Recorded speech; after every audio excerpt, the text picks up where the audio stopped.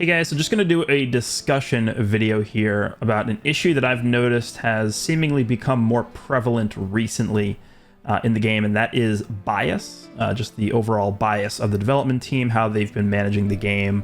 I think I mentioned this in a recent video, but I would say that, basically looking at how they've managed the game, essentially starting from Legends Fest 2021 until now, for the most part, they've done a good job with managing the game. I think overall the experience has been pretty positive. There's obviously many things we could point out and criticize and things they haven't done so well, but the general flow of the game, how they've managed everything, I think it's generally been pretty good. And I've made a ton of videos over the years complaining about certain things and criticizing certain things and disagreeing with certain development decisions and stuff like that, but I don't actually think I've ever made a dedicated video talking about the issue of bias in this game. Probably because I just haven't felt it ever really was necessary to make this.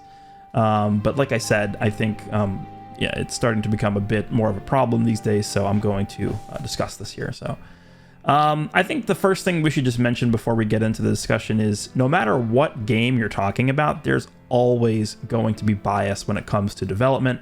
And as humans as well, I mean, there's always just inherent bias in everything. So I think to say something isn't affected by some kind of bias at all, it's just not really rooted in reality. So everything's got some kind of bias in it, whether it's, 0.1% biased in some way or not. I mean, there's always some kind of bias and stuff. So this is not meant to be some kind of like huge revelation, like, oh my God, the Dragon Ball Legends team is so biased and, here's the evidence. But I mean, yeah, we've known this for years, so this is not breaking news. So why am I making this video? And like I said, the answer is just because I think this is a problem that has actually gotten worse in recent times. So I think, just to start things off with the discussion here, I think I should probably explain exactly what I mean by bias in this game. So I think, generally speaking, there are two areas where development bias is most apparent in Legends. And the first one is probably what most people think of when they think of bias in this game, and it's just in terms of how good they make certain characters. At this point, it is very mega obvious that there are some, development bias towards certain characters, and there are some that come to mind immediately. Gohan is the biggest one. Android 17, Android 18. Those three characters to me are the ones that really just jump out. When you think of what characters do the development team have biases for? It's Gohan, Android 17, and Android 18 for whatever reason. I don't know. Maybe they just have a development team that really likes those characters. I mean, that's just the way it goes, I guess.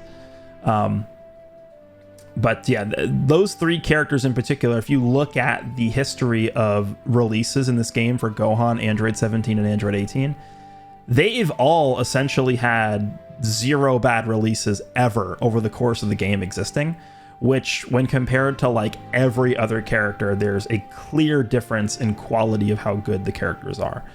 And then on the other side of things, if we think of the opposite of that, where there's some kind of clear bias the other way, unfortunately, people aren't really going to want to hear this, but I think Dragon Ball Z Broly, I think has received the short end of the stick for almost every single one of his releases since the game's been out. And it's crazy to say, since he's easily one of the most popular characters in the entire franchise. I don't really understand why. Again, there's probably some guy on the development team who just doesn't like Z Broly. I don't know. Like if we just type in Broly here, we can go through every single one of his releases. This is like the one example, I would say, this OG Blue Broly. It's really hard to say because like this is the first ever banner released post release of the game, right? The game dropped, they had the launch banner featuring the first 5 sparkings, and then the very next banner to release was this banner. So obviously this character is going to be good because there's only 6 like good characters in the game basically. So I'm gonna not really count this Blue Broly, but he of course was insane on release, best character in the game, but the game was out for like a month right when this guy dropped. This green Legendary Super Saiyan Broly from Second Coming, not very good on release. This yellow Broly on release was bad, and his Zenkai was bad. This guy's Zenkai was actually bad too, if you guys remember back when this is one of the 3 first original Zenkais. When you think about this Broly Zenkai in comparison to like the other few Zenkais that released around him, so we had the first 3 original ones, Beerus, this Broly, and Red Goku. I would say that Red Goku and this Broly Zenkais actually weren't even that good. Beerus was insane, and then we had like free-to-play Kid Goku, who just like completely outshined this guy in every single way. He's a free-to-play character. Fat Boo Zenkai came out, and he was just like infinitely better than this guy. Like this guy's Zenkai was almost nothing. This guy's Zenkai was pretty bad. I would actually say his unique equipment. This guy's unique equipment was pretty interesting, but him as a character on release and on Zenkai weren't really that great. This guy in release was bad, and his Zenkai was bad. We had Ultra Broly, who is probably the single most unfortunate summonable Ultra character to ever come out. I don't know if I want to attribute this to like Broly being a bad release, because Ultra Gohan just made every character after him, or sorry, bro, every character that came out before Beast Gohan, the blue one, every character was essentially just rendered irrelevant when that guy dropped. So I don't know really how much of a fault this is for Ultra Broly. But they decided that they were going to release Ultra Broly right before that Gohan. So, I mean, again, that was a decision they made to do that. And then, unfortunately, again, I think people aren't going to want to hear this, but this Broly is kind of a nothing release. I don't think he was made good enough at all. I think he's like 60% as good as he should have been on release. Just gets completely nullified in every single way by Ultra Super Saiyan 4 Gogeta.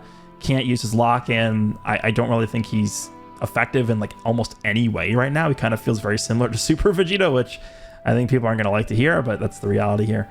So like every single Z Broly that's come out, I think since the beginning of the game, again barring this guy, I think have been pretty underwhelming. And you know, if we look at the two extreme examples of bias both ways, so example Gohan being, you know, a bias of them really liking the character, and every Broly release where I guess they just don't really like Z Broly for whatever reason.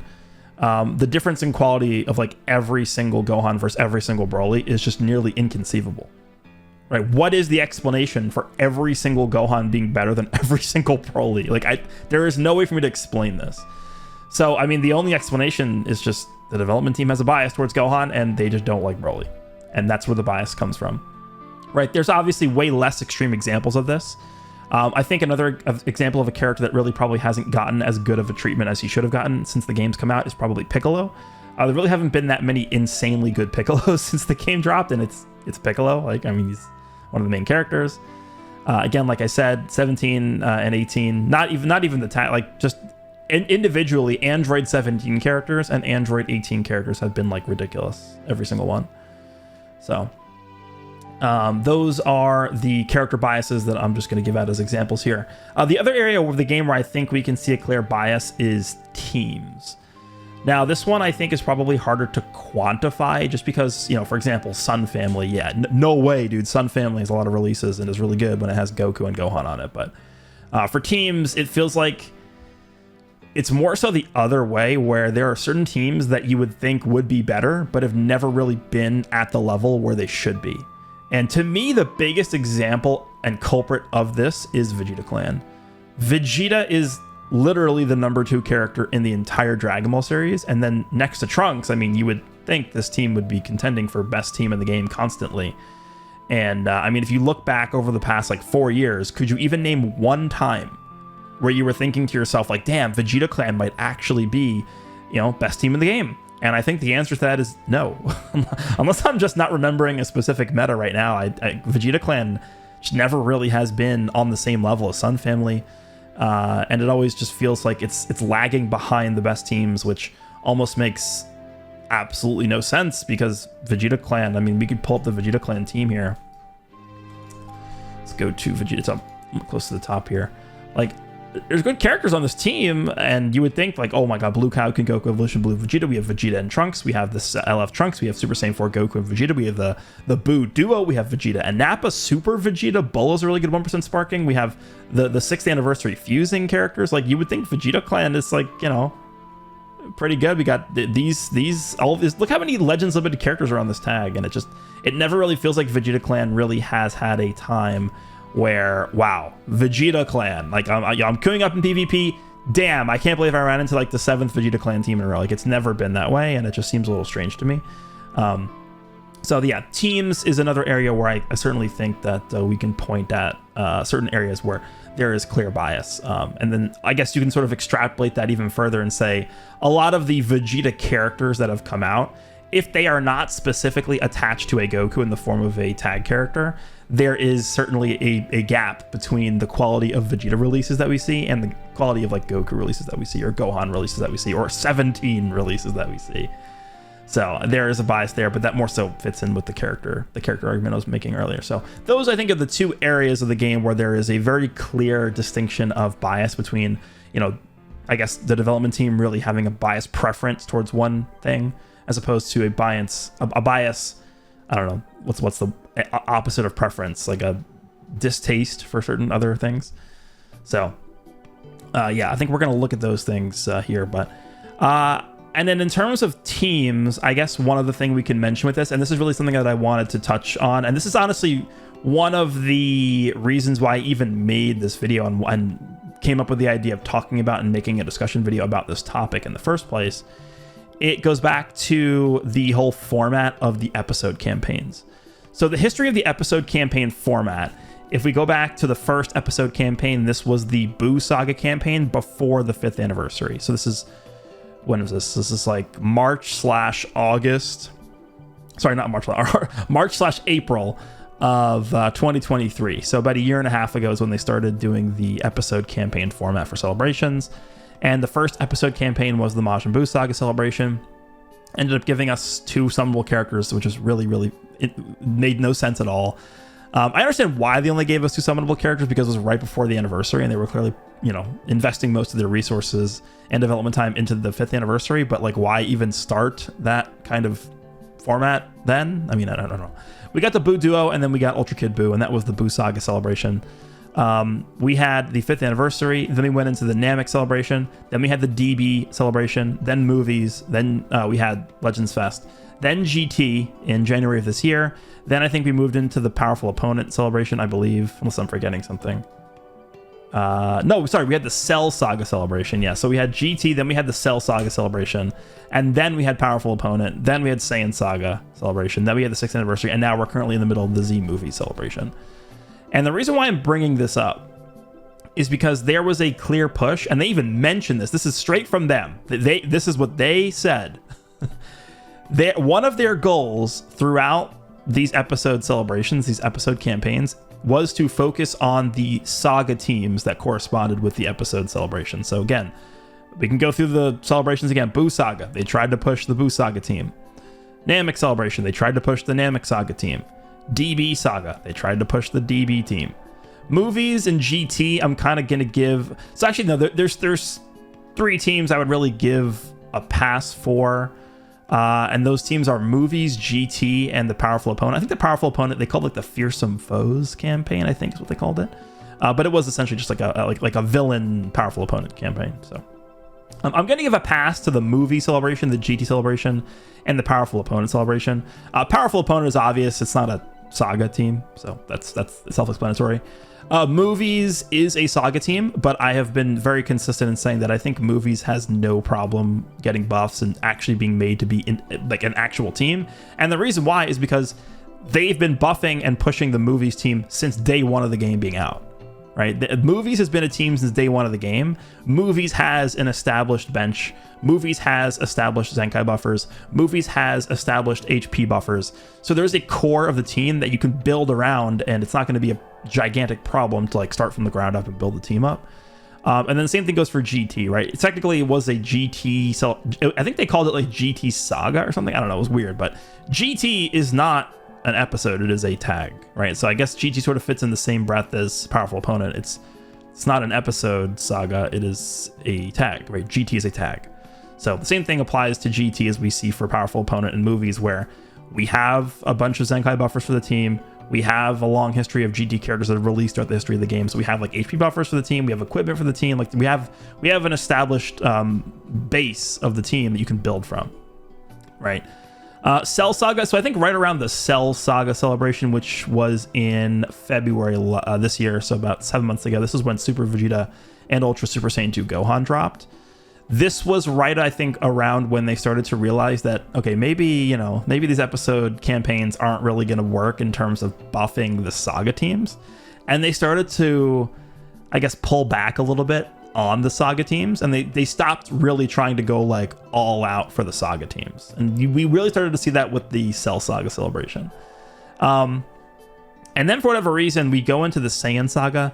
Now, this is where we started seeing the introduction of the Proud system in PvP. So this might be like an experiment that they did with the Saiyan Saga celebration or whatever. But I think the Saiyan Saga celebration, right? We have pretty, I would say, decent characters. Like, obviously Yellow Goku's an exception, he's terrible, but like Yamcha was good. I think Vegeta and Nappa were pretty good, but they're not like a character that's going to carry your team. But then we had really good Zenkais, right? We had like the blue Saiyan Saga Goku who's really good. We had the green Gohan who's really good. They released tons of insane equipment for Saiyan Saga, so they actually ended up giving us some pretty good characters to fill out the Saiyan Saga team. And when you're looking at how the Saiyan Saga team ended up, I would say, when you're thinking about standard, the Saiyan Saga team was just straight up not good. Like, sorry, it was not good. But in terms of Proud, I actually think the Saiyan Saga team was pretty good, right? Saiyan Saga I actually think was a pretty good team for Proud, even moving into the anniversary, and even through part 1 and 2 of the anniversary, Saiyan Saga was pretty solid. I don't really play Proud, but Saiyan Saga, I mean, you just had a lot of options for the team because they gave like actually usable Zenkai characters, which you don't really see too often. So I'm not really going to press too much on the Saiyan Saga team because, yes, it wasn't great for standard, but it worked for Proud, and maybe that's what they were going for because that was sort of when they were experimenting with Proud being in the game for the first time. And then we move into the 6th anniversary, and I guess we can sort of say like parts 1 and 2 of the 6th anniversary were kind of almost like a mini Majin Buu Saga celebration. And here's where I'm going to get into the discussion here. So we have this equipment. I'm not exactly sure what their thought process was behind this. Well, I do kind of, I think, understand why they did this, but I'm just gonna show these two things first. We have this Majin Buu Saga equipment, which is applicable to every single Majin Buu Saga character in the game, right? Is it bigger than Universe Survival Saga? I would say in terms of raw characters, probably not. But I think this saga probably has the most representation in the game, right? Like Buu Saga, like Universe Survival Saga has more characters than Buu Saga, but Buu Saga has more characters that Legends is more inclined to add to the game, right? There's a bunch of nothing characters from the Universe Survival Saga, but like Buu Saga, you're talking about like Ultimate Gohan, you got Super Saiyan 3 Gotenks, you got Goku, Vegeta, all the forms of Buu, Vegito, Kid Buu, like different tag characters. There's so many characters in the Buu Saga. So probably the most expansive saga besides movies, right? Movies is clearly the number one because there's 500 movies, but in terms of actual like anime sagas, this is the most expansive anime saga that exists. And every single character that is in the saga can use this. Then we have this, and I was looking forward to seeing how they were going to handle this, and I even thought to myself before seeing how they were going to make this equipment, I was thinking to myself, okay, yeah, we have this equipment in the game. Surely this is going to be at least comparable to the equipment that every single Majin Buu Saga character can use. And then here is what we got. So this, you can't see the conditions for this, but this is you can only use this equipment on Turles Crusher Corps characters. So there are, I mean, how many characters is that? Like, is this even in here at this point? Turles Crusher. This is like, oh, here we actually do have it. So here are the total amount of characters that can use this equipment. We have the 4 new Crusher Corps characters: Raisin, Lakase, Assist, Cacao, Almond, Days, and that's it. And then, of course, we have like the old Sparking Turles because for whatever reason they didn't give us a Turles. Yellow Turles, Purple Turles, and you're not using these characters, right? I mean, to be honest, you're not using these characters either, but yeah. So here is the total amount of characters that can use this equipment. I guess we should just go over this. 12% health in slot 1, so just clearly worse than this. Slot 2 is 15% to base strike, 15% to pure strike defense if you have another Turles Crusher Corps character. So not only is this simply just worse than this, you are also then, I guess, confined to running multiple Turles Crusher Corps characters on the team to even get the full benefit of this equipment. And the same thing as slot 3 except for Blast, right? You're really going to sit here and tell me that this is a comparable equip to this? This thing, I don't know what the hell they were thinking with this, right? I mean, this is... Imagine if every Saga had this equip. Like, this is... When I'm making a Majin Buu Saga team, or when I'm using... Not even when I'm making a Majin Buu Saga team, when I'm making any team that includes any Majin Buu Saga characters at all, this is the very first equipment that I am putting on that character. There is no other equipment that I'm giving priority for a character from the Majin Buu Saga other than this, besides if they have, like... If it's like, I don't know... like the Super Saiyan 3 Goku and Super Saiyan 2 Vegeta tag character, like, yeah, I'm gonna prioritize their specific, unique, character specific, unique equipment over this. But besides those cases, this is the very first equipment that I'm using. There is never gonna be an instance until we get to a ridiculous level of equipment power creep where I'm ever going to be using a Majin Buu Saga character and not picking this for them. This is insanity. Okay, this is ridiculous. So if we go and compare this equipment to this equipment is just better in every single way than this one is. And here's the amount of characters that can use the Crusher Corps equipment. Let's take a look at the characters that can use the Majin Buu Saga equipment. Oh, just this, you know, what is this, like 9 times the amount of characters for this? So I'm just sitting here and I'm like, the reason why they did this is because they were just forcing the Majin Buu Saga team to be good during the 6th anniversary. They said, we failed to make the Majin Buu Saga team good during the Majin Buu Saga episode campaign. We failed to make the Namek Saga team good during the Namek Saga episode campaign. We failed to make the DB Saga team good during the DB campaign. We failed to make the Cell Saga team good during the Cell Saga campaign. So what's the only thing left to do? Let's just release like the most ridiculous equipment of all time for the Buu Saga team. And then on top of that, let's give them Sparking Evil Buu, who's like the best 1% spark. Well, he's not actually the best 1% sparking ever, but he's like a actual perfect fit for the Majin Buu Saga team. He does like literally everything in the entire game. I mean, do you guys really want me to go through? Do you guys really want to go through everything Evil Buu does? I mean, I don't know.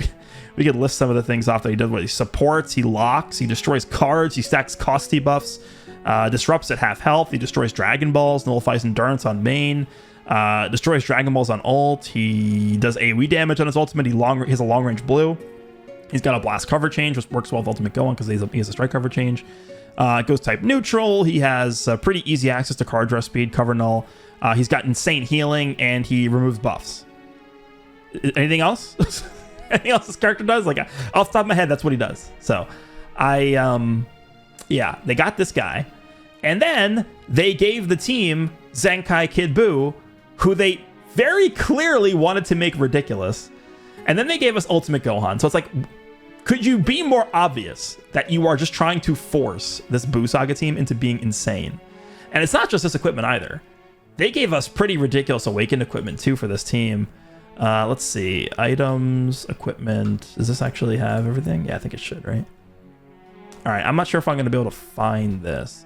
There's another equipment that I wanted to bring up as well. This equipment came out during like the OG Buu Saga celebration before this one right here. And then there's an Awakened equipment. I think this is in order, so it should be more towards the end here. This one. So this one is very good.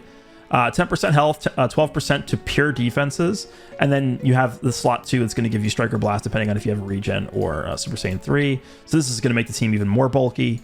And then you have this one over here, which is more of an offensive equipment, which is really good for like Kid Buu. So overall, I mean, the team was just given insane tools. We've almost never seen a team go from like essentially 0 to number 1 in the game this fast. We've never seen it. And I think that is a very clear result of them failing essentially 7 times in a row to make an episode team good. And this is the result. Like, they're just like, oh, what if we just, you know, gave them the best tools in the entire game across the board with equipment and characters and Zenkais? What then? Right? That's their solution to this. So I think the reason why I'm even making this a discussion part of the bias video is they had a very clear bias going into the anniversary by the end of the celebration, the Boo Saga team is going to be like the best team in the game. That's what they were thinking to themselves. And then they forced it. It wasn't like, oh, they have like a good synergistic bench. They have, good characters that work well with each other. Because to be honest, if we're speaking very honestly here, Saga teams, again, besides movies, Saga teams are never going to work. And in order to make them work, this is what you have to do. And I don't think this is a good way of managing the game, because now, we get a Majin Buu Saga character later down the line, and it's like, all right, now you just slap this on whatever character we get, and they're just like 2 times as good as they should be because of the stupid equipment. Like, okay, sure, man. And then meanwhile, we have this, mighty Turles, leave him to us. And it's like, yeah, this is a good equip. I'm not denying this is a good equip, because it is. But I have to compare it to this. How do you, this is from the same event, by the way. It's not like this is from co-op and this is from the equipment collection. Both of these equipments are from the Ultimate Equipment Collection event. The same event. Is anything wrong with this? Like, am I crazy? Shouldn't this be reversed? Shouldn't this be the Boo equipment and this should be the Turles Crusher Corp? Oh, hello? Am I going insane here? Why is this the Boo equipment and this the Turles Crusher Corp's equipment? I just don't understand. So I think this, again, plays into the bias that the team had going into the celebration, the 6th anniversary. Like, okay, yeah, we're ending the celebration, and by golly, the Boo Saga team, it's going to be the best. that was their mindset here. And they very clearly did not have the same mindset going into the Z Movies celebration, which I think at this point has been very not good for the game. I mean, it's like it's even been not good for the game. It's just, it hasn't really done anything to move the game forward. I think Yellow Super... So I'm going to make a top 10 video, and I think I'll give more thoughts on Goku specifically in that video. But I think One-Handed Spirit Bomb Goku from Tree of Might is a good addition to the game. I have no issues with him at all. But for the most part, when you look at this campaign, this is one of the longest campaigns we've ever had in this game. It has done very little to move the game forward. Broly was nothing. Garlic Jr. and Goku and Piccolo were nothing. The Turles Crusher Corp characters were nothing. So like the only relevant release, I would say, even in the entirety of the celebration so far, has been that Goku. And it's still pretty early to really say how much of an impact he's had, but I do think he is a good addition to the game so far. And it's, again, this is a very long celebration, and it just feels like this has not really done anything. So I don't know. I think this does play into the bias discussion. And the reason, like, what is my conclusion to this discussion, and why am I even talking about this for so long? My conclusion to this is, I think this is now because again, I think this is now a bigger issue than it has been in the past. And the reason why it's important is because I think people are going to have to be more cautious with how they spend their resources. So what do I mean by that? I think the best way to explain this is, I'll just say the conclusion first. So the conclusion is, people should be looking to spend and allocate their resources on characters and teams that the development team has a clear bias towards, right? Because, so for example, fortunately, spent your resources summoning for the Red Broly. The development team clearly has some kind of grudge, or they just, for whatever reason, the lead development guy really just doesn't like Z Broly. I don't know. I have no idea. That's what it seems like to me, based off of the history of the character releasing in this game. Unfortunately, you summon for a character that they really don't care about. It seems like. Whereas if you summon for Ultimate Gohan during Part 2 of the anniversary, you're probably in good hands, right? There is clearly some kind of preferential treatment given to Gohan in this game. If you summon for Super 17 at the beginning of this year, you're also, enjoying the fruits of your decision to do that. If you decide to summon for Super Vegeta, unfortunately, well, there's they don't really like Vegeta around here. So I think when we are moving forward here, it's going to be, actually, as stupid as it sounds, I think it's going to be pretty important to think about, how has this character been treated in the past? How has this team been treated in the past? And do I really expect this team to be treated well moving forward? And does the development team have a history of treating this character well or not treating this character well? I really think that's going to be a thing that we should consider here. So, let's just say, I don't know, I'm making this up. Like the next Ultra character we get, Ultra is kind of an exception because like almost every single Ultra character is good besides Broly because they have a bias against Broly. Let's say the next LF character, I don't know, is, I don't know, let's just pick a random character. Let's go back to the character list. Let's say the next LF character is, let's just scroll down and pick a random unit. Let's just say it's Oob, right? LF Majoob drops, right? I think taking a look, I mean, we don't really have many examples of Majoob to really base this off of, but like how well was Majoob treated? You know, is GT going to be good? Like we take a look at his teams. Are we really going to see a good treatment of GT? Are we really going to see good treatment of Fusion Warriors? That's it, actually, huh? GT and Fusion. He's not on regen, huh? Interesting. I thought for some reason I thought he was on there. Fusion Warrior and GT, I guess, are his teams, right? I would say this character on release was pretty solid. He was really annoying. GT has been treated exceptionally well this year, and Fusion Warriors typically is treated really well overall. So I would say, yeah, like, you know, they clearly have a positive bias towards Majoob. I would say it's a pretty safe banner to summon on. Again, not even knowing his kit at all. Whereas if we got like, I don't know, let's say, I'm just gonna laugh at Broly, like a new Future Gohan drops. Like, I'm not even gonna need to look at what he does. I'm probably just gonna say, yeah, go ahead and summon on this because we know it's gonna be good, right? So I really think that is going to be something that we need to keep in mind moving forward here. It's just what bias does the development team have? And we now have 6 years to go off of too, right? This isn't like the game just dropped and it's like, oh, well, you know, how do they treat Frieza characters? Or how do they treat, you know, Boo characters?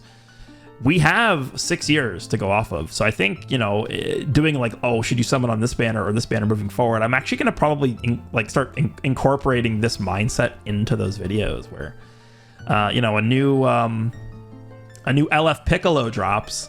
Let's take a look at all the Piccolos that have dropped in this game. Let's open the list here. Where's Piccolo? Right here. Like, okay, let's see. How was Green? I mean, I'm not going to even want to count this as a launch character. How good was like Blue Piccolo on release? How good was LF Piccolo? How about this red one? How about Power Awakening Piccolo? How about Orange Piccolo? Or how about Piccolo Jr.? Like we could take a look at all the Piccolos that have come out.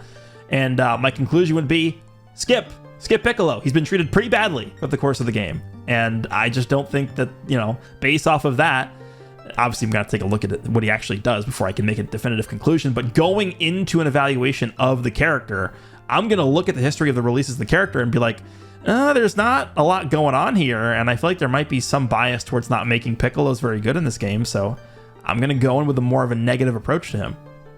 That's what we're looking at here, and I think that's the important takeaway of this discussion.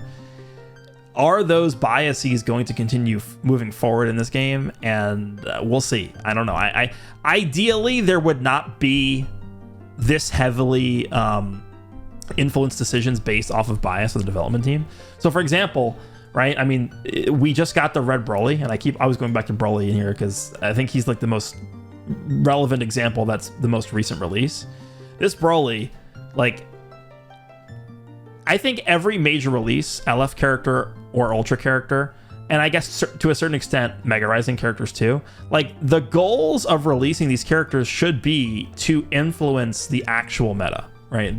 We shouldn't be releasing characters where it's like, oh, well, you know, this is a nice character to have, but he really doesn't contribute much.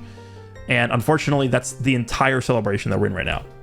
The only character I feel actually has like a decent influence over the meta has been this Goku, which again, I'll talk about more in my top 10 video, but this is just unfortunate, right? We shouldn't be moving into a character release where it's like, okay, how many times have they released Gohans in the past like year? And people are like, well, we know how good this guy's going to be. And how many times has it been spot on? Every single time. So I don't think that is a good thing. I think there is like, you know, a fringe argument you could make where some bias could be good because it allows the development team to have more fun in creating and designing characters. Like if a development team just genuinely likes Gohan as a character, it's going to make it more fun and enjoyable for them to like be creative with the Gohan character, with his animations, with his design. And I think that's fine. But as a product, this game needs to try and avoid that to an extreme level, right? You can't be like, oh, well, we really don't care about Broly, but we are forced to make a Broly character. let's just kind of make him mid and we'll move on, right? That should not be the mindset. So anyway, this has been a longer video here. I didn't mean to go for this to go on for so long, but end of the day, I think bias from the development team has become more of a problem recently. We'll see how they, sort of handle this moving forward, but I would keep this in mind when we get new character releases. There is a very clear bias towards certain characters. There's a very clear bias towards certain teams. And I think when it comes to like equipment and stuff like this is just makes no sense almost to me. Like this is a direct response to their failures in the past. Like, okay, we did a horrible job trying to make Saga teams good. Let's just force it to be good with this equipment. Insane 1% sparking, insane Zenkai, and just ridiculous support all around for this team, right? I don't think that's a very healthy way to do things. But on the other hand, like this is just the reverse of that. Like this is just bad. Like I don't know why is the difference as extreme as it is. I don't know. So I think at the end of the day, that's the conclusion to this discussion. There's bias in the form of characters, in the form of teams.